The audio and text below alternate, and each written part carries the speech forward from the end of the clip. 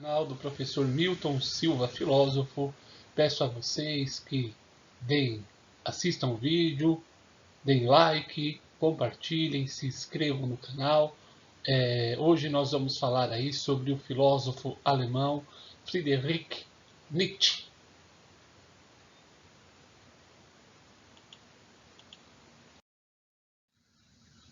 Nietzsche, conhecido aí como o filósofo do martelo, tá? Nietzsche vai vir para explodir a filosofia. Nietzsche vai fazer crítica ao projeto clássico da filosofia. Aqui alguns livros da obra de Nietzsche, tá? Observem aí, Nietzsche escreveu muitas coisas boas, além dos que estão aí. Temos ali livros como Anticristo, Assim Falou Zaratustra, Genealogia da Moral, entre outros. Aqui uma foto do Nietzsche, tá? Nietzsche viveu no século XIX, viveu 56 anos.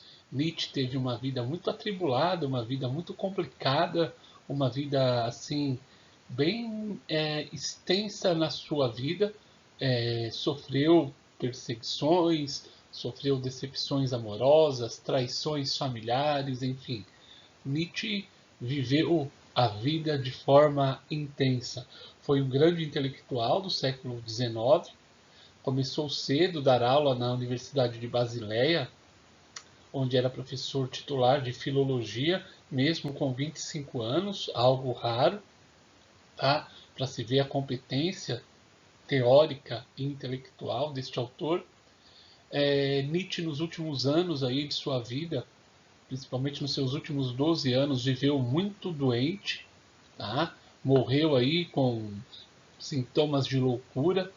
A doença levou ele a fortes dores de enxaqueca constante, diarreias, enfim, vários problemas aí que perturbaram este autor.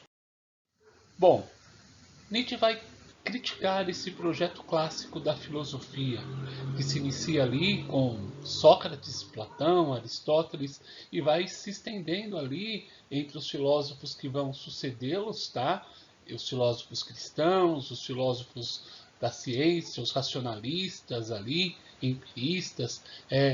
Vamos ter aí uma sistematização do pensamento filosófico, um projeto de se buscar a verdade, de se chegar à verdade, de se exigir a verdade como um ponto final da atividade filosófica. Então, além de ser acrescido aí os valores morais, piedade, solidariedade, amor ao próximo, enfim, valores que colocaram como valores fundamentais para a organização da sociedade, tá? Então, o Nietzsche vai criticar isso aí, como nós vamos ver, tá? Esses projetos aí que consolidam, concordam que a verdade e os valores morais seriam os alicerces que determinariam aí a vida em sociedade.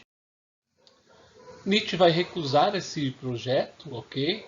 Vai fazer uma crítica muito grande sobre esse projeto apresentado pela filosofia, e ele não vai aceitar que esses valores morais e essa imposição da verdade e da razão sejam fatores que justifiquem nossa conduta. Ataca de forma forte, tá? Todos os autores que vão aí defender essa necessidade de defesa dos valores morais. Ele vai denunciar esses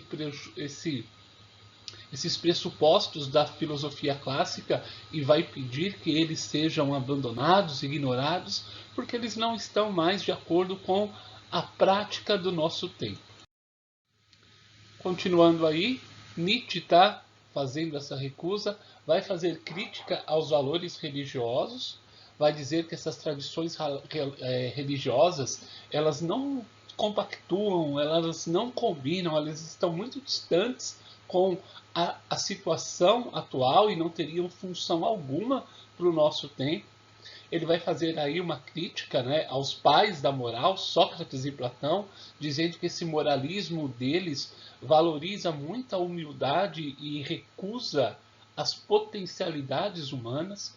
Mais uma vez, né, vai condenar os valores aí que ignoram o orgulho, a confiança e a nobreza, que são valores fundamentais, são situações fundamentais, instintos fundamentais dos homens. Vai fazer críticas fortes ao pensamento religioso, que inverte esses valores fundamentais também, tá? Colocando o homem naquele espírito de humildade, de dar a cara quando toma um tapa, enfim, ele vai fazer essa crítica, tá?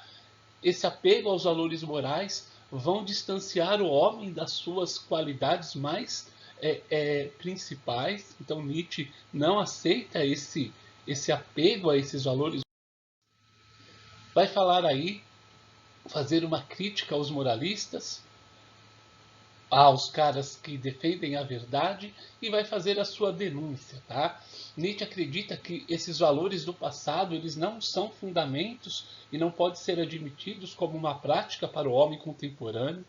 Ele acredita que a nossa meta de vida, tá? As antigas tradições, elas nada importam para nós, com os valores que nós temos hoje, com a prática de vida que temos hoje. Esses valores, tá, nada importam para nós. Ele está fazendo a crítica aí ao século XIX, é bom que se diga. Ele vai chamar de covardes aqueles que se escondem atrás dos valores, que para eles nada representam. Então ele faz a sua ação se justificando pelos valores. Então Nietzsche vai falar, você é um covarde, você tem que superar esses valores, né? Nietzsche vai propor, né, como nós vamos ver, a transformação de todos os valores. Os nossos velhos hábitos, as nossas velhas ações, segundo Nietzsche, elas vão contaminar, elas serão venenos para a nossa forma de pensar, de agir, de refletir, de sentir o mundo.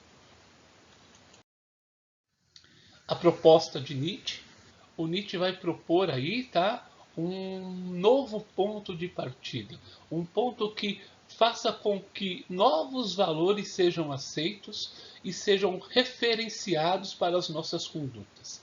Ele ataca, tá, os pilares do pensamento filosófico ocidental, que são Sócrates e Platão, o início ali, e depois todos estes que se destacaram, Descartes, Bacon, Kant, Hegel, enfim, ele vai fazer essa crítica, tá? Ele vai falar que a nossa sociedade só vai poder avançar, só vai poder ter triunfo se ela se livrar desses valores que vêm de fora, desses valores que vêm lá da filosofia grega e principalmente da tradição judaico-cristã. Para Nietzsche, estes valores amordaçam o homem, ok? Bom, essas tradições aí vão fazer com que o homem fique preso. Okay? Então, nossos valores só poderão emergir, novos valores, novas metas, novos significados, quando nós descartarmos esses valores que determinam nossas vidas hoje. Bom, críticas a Sócrates. Sócrates, como vocês sabem, é considerado o pai da moral. E Nietzsche vai falar que ele é responsável por essa decadência, tá? O Sócrates, com sua moral, deixou aí o homem condenado, o homem nobre, o homem que age, o homem transformador, o homem conquistador. Este homem foi aí amarrado, este homem foi aí enterrado. Colocou-se um homem fraco, um homem dependente, um homem que justifica suas falhas culpando o outro, que não consegue sair das amarras usadas aí pelos moralistas que condenam o homem forte e valorizam o homem fraco. Continuando as críticas a Sócrates, tá? Ele vai dizer que é o primeiro dos moralistas, fez que os valores que eram defendidos pelo forte fossem considerados errados. Tá? Então, a justiça garantia a defesa dos fracos e a condenação dos fortes. A virtude do Sócrates era aceitar os valores que moldam a conduta humana, tanto que ele buscava lá, né, assim como Platão, um valor universal. Nietzsche não existe isso. Então, o homem deve buscar ali a instauração da civilização pelas potencialidades, pela capacidade humana de transformar e não apenas de aceitar. o novo conceito de bom. Esses significados, estas coisas, essas definições do que é bom, do que é mal, do que é bem, do que é mal, do que é justo, do que é injusto, essas ações enfraqueceram os homens fortes, tá? Colocou-se aí essa questão do altruísmo, de pensar no outro. Nietzsche fala, não, devemos pensar no homem em si, o bem geral, o bem que o homem possa ser superior e conquistador. Ele enxerga, tá, que tem coisas aí que são naturais. Existem homens que vão nascer aí para ser dominadores e homens que vão nascer para serem dominados. Isso é uma questão de natureza. Então, essa natureza deve ser prevalecida. Lembrando bem, tá, que Nietzsche está vivendo aí no século XIX e carrega, tá, os próprios preconceitos do homem do século XIX. É importante guardar isso. Genealogia da moral. Então, a tradição filosófica aí, criada pela filosofia clássica, pela tradição filosófica, principalmente por Sócrates, Nietzsche vai dizer que ela inverte os valores, tá? E ao inverter os valores, as coisas são colocadas de forma negativa, fazendo com que o homem que é solidário, que é piedoso, que faz o autossacrifício, que é o homem bom. Então, aquele homem desbravador vai merecer críticas. Então, somente merece o título de bom aquele que tem o seu verdadeiro eu negado. Olha só, então o homem que nega seus valores, que nega as suas ações, que nega as suas condutas, ele passa a ser bom. E aquele que quer ser desbravador, conquistador, é visto como egoísta, egocêntrico, mau e tira dele a sua qualidade nobre de lutar sobre o mundo, tá? Coloca o mundo numa uniformidade, todos devem ser assim. E não é assim que é o mundo, tá? Nietzsche enxerga que existem as diferenças e que os homens de maiores qualidades devem prevalecer sobre aqueles que têm menor qualidade. Nietzsche também recusa o cristianismo e a figura de Jesus, tá? Então Jesus representa o Sócrates dos pobres, o Sócrates dos ingênuos, o Sócrates dos ignorantes. A doutrina cristã também submeteu o homem à vontade de Deus e não da moral, tá? Só que depois essas duas coisas se unem e o homem é submetido à moral humana e à moral de Deus, à moral cristã, onde o homem acredita que todos os homens são iguais, porque são todos filhos de Deus e foram colocados aí nesse mundo e aceitem aí, porque é a vontade de Deus. Se você aceitá-la, você viverá bem, buscando um mundo melhor lá no mundo dos céus. O niilismo, né? O niilismo próprio do pensamento cristão, vai dizer Nietzsche, é feito em nome de uma moralidade. E essa moralidade, segundo Nietzsche, é o pior que existe na nossa civilização. Afinal, o Nietzsche vai dizer, tá, que devidamente ele entende isso como a negação de tudo que nos levou a ser o que somos. Tá? Então, ao acreditar nessa imposição cristã, nessa moral cristã, o homem nega tudo aquilo que ele é. O cristianismo vai se apresentar para Nietzsche como uma mentira que é perigosa, uma mentira que recusa todos os valores humanos, que nega a paixão, o amor, o instinto que nos move. Então, Nietzsche está colocando aí que o cristianismo desumaniza o homem, tira dele as suas qualidades vitais, defende uma moral que defende você se abster daquilo que você é para alcançar uma perfeição espiritual, uma vida eterna cheia de glória. Nietzsche não vê esse dualismo, tá? O cristianismo para ele visa por fim ao mundo humano. Ele inventa uma consciência, tá? Uma consciência que não existe, que faz o homem ser fraco e não um homem que seja desbravador. E o cristianismo também, segundo Nietzsche, tá, não passa, faz do homem um animal domesticado, um animal que se sujeita a ordens, tá? Então, o homem no cristianismo nega tudo. O homem é um ser tão domesticado que ele passa a ser sem vida. O homem passa a ser tão domesticado que ele é um sem vontade, sem ideias, sem interesses. Ele age dotado de uma determinação. A sua consciência se aniquila. Ele não tem mais responsabilidade sobre suas ações. Ele está escravo do pecado. Tudo que ele faz contra aquilo é pecado e ele será punido. Então, o homem, por medo dessa punição, vai negar todas as suas qualidades. Nietzsche quer criar aí um novo homem, o além do homem, tá? Então ele vai dizer que se nós negarmos, se nós devemos negar essa moralidade socrático-cristã, o que nós vamos fazer no lugar?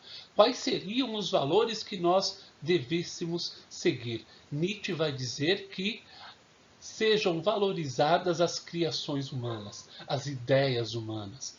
Começa a surgir aí, tá? Então, a figura daquele artista que é criativo, que vê o mundo de outra forma, que enxerga a história não meramente, não só como um produto de um reflexo, de uma imagem desta, uma além da sociedade, um além do homem, um super-homem, um Amberman, tá? Então, Nietzsche está aí mostrando que o homem deve agir no mundo, se empreender no mundo, mudar os valores, fazer escolhas de valores que estão de acordo com sua natureza. Ao se livrar das amarras, ele pode deixar esse submundo e impor-se como homem, como sujeito de ação e de transformação no mundo.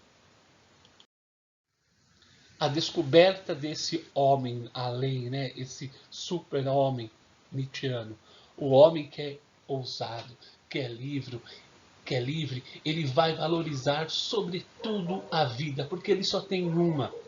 E você deve ser líder dessa vida, tá? Nós temos aí o que ele vai chamar de vontade de poder, que não está só relacionada às lutas e às conquistas políticas, mas também à edificação, à solidificação, à constatação, à confirmação de sua própria cultura. Este homem que é livre, ele vai se comprometer com os valores que afirmam a vida. Não, e isso não pertence ao nosso tempo e deve pertencer. Ou seja, valorize a vida porque você só tem uma.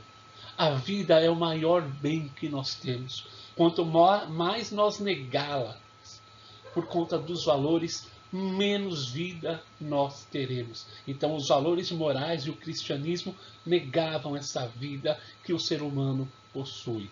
Por isso, Nietzsche quer falar desse homem novo como um pensador e vai usar isso a figura do Zaratustra, que nós vamos ver aí o que representa. Tá? Então, na obra escrita por Nietzsche, tá? Essa obra foi escrita aí no ano de 1891. Ela é narrada de forma poética, é um livro difícil, mas que vale a pena ser lido, onde Nietzsche diz: Deus está morto. E agora que ele está morto, você está livre para assumir a sua responsabilidade com sua vida. Nietzsche não diz que Deus nunca existiu ou não existe, mas para você pensar, para você ver, Deus está morto. E se ele está morto, agora o Senhor, você é senhor de sua ação, é você que age, é você que é responsável. Não haverá mais a punição dele. Como diria o outro, né? Se Deus não existisse, tudo seria permitido. Então, você tem responsabilidade sobre sua própria vida. E ele vai acrescentar aí que nós não devemos nos alimentar a esperança que a nossa vida será vivida fora, ela é vivida aqui agora, ela é o presente, ela está nesse mundo, não existe outra, viva essa, tá? Então ele coloca aí um mundo que você vai superar, um mundo que você tem que aproveitar, porque você existe nesse mundo. Tem que ter o fim da crença da espiritualidade de outro lugar, que você será, não, seja aqui, faça aqui, realize aqui. Valorize a sua vida, valorize este mundo, valorize a sua existência e não aprenda a valores que o submetem à escravidão. Continuando aí, tá? Então, quando você lida com esse cuidado, quando você lida com essa ideia, você tem que entender que isso é coerente com o pensamento de Nietzsche, né? Então, você tem que ter o cuidado, mas esse cuidado não deve ser um cuidado que te coloca na escravidão, tá? E uma vez que para o Nietzsche o pensamento que é metafísico, né, que é aquele meta atrás de, em busca de físico, é colocado como uma tábua, como está aí no texto, né, de valores, como determinações. Ela foi aí importante, mas ela escravizou. A saída metafísica proposta aí por ele é um conjunto de questões que o homem antigo e agora, entretanto, esse modelo não responde mais aos valores de nosso tempo. Ela teve sua validade, ela teve a sua busca, ela teve a ação, mas a partir do momento que ela passa a ser imposta, ela nos coloca numa condição de aprisionamento. E vai colocar valores que não mais são válidos ao nosso tempo. E por isso eu tenho que superá-los. E por isso que eu tenho que ignorá-los e buscá-los novos. Eles tiveram sua validade, eles tiveram sua importância, eles tiveram a sua necessidade, mas agora não as tem mais. Aí o Ibermesh, tá, corresponde ao modelo ou ao sujeito que é comprometido com um projeto de vida conduzida de forma nobre e brava. Os homens que vivem assim, segundo Nietzsche, acabam disseminando, acabam ensinando valores fundamentais por toda espécie, porque este é o além do homem. Quais seriam esses valores, tá? Estes valores, na proposta do Nietzsche, é aquele homem que valoriza muito mais a criatividade do que somente a verdade. São valores que vão botar para fora toda a potencialidade humana. A criatividade, tá? Esse desenvolvimento criativo está ligado ao nosso processo de imaginação, de produção, que são procedimentos aí lógicos e empíricos, tá? Ou seja, são pensamentos aí racionais e são pensamentos aí que nós conseguimos por meio da observação. Então, o aspecto fundamental que decorre aí desse primeiro, tá, é inerente ao novo tipo de estágio que a humanidade vai alcançar, ou vai ser anunciada por esse além do homem. Ela vai consistir no fato de que essa criatividade humana é a expressão máxima, perfeita da felicidade buscada pelo homem. Porque o que vai agir nele é o espírito criativo, é a sua impulsão, é o seu instinto de homem, aquilo que ele tem de mais puro, de mais verdadeiro, tá? A arte, então, ela é entendida como uma autorrealização. É uma fonte de fundamento máximo para a manutenção, para alcançarmos a felicidade e o bem-estar.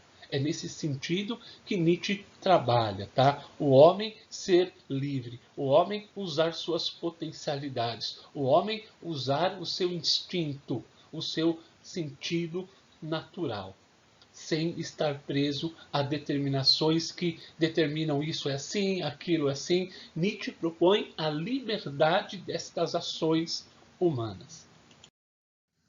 E a mensagem de Nietzsche, tá? A mensagem do velho profeta do Oriente, o Zaratustra, deve ser entendida como o quê? Como uma ameaça, mas um anúncio da autenticidade. Não como uma ameaça, mas sim como um anúncio da autenticidade humana. Porque ao dizer que Deus está morto, é afirmar que agora devemos viver a vida plena.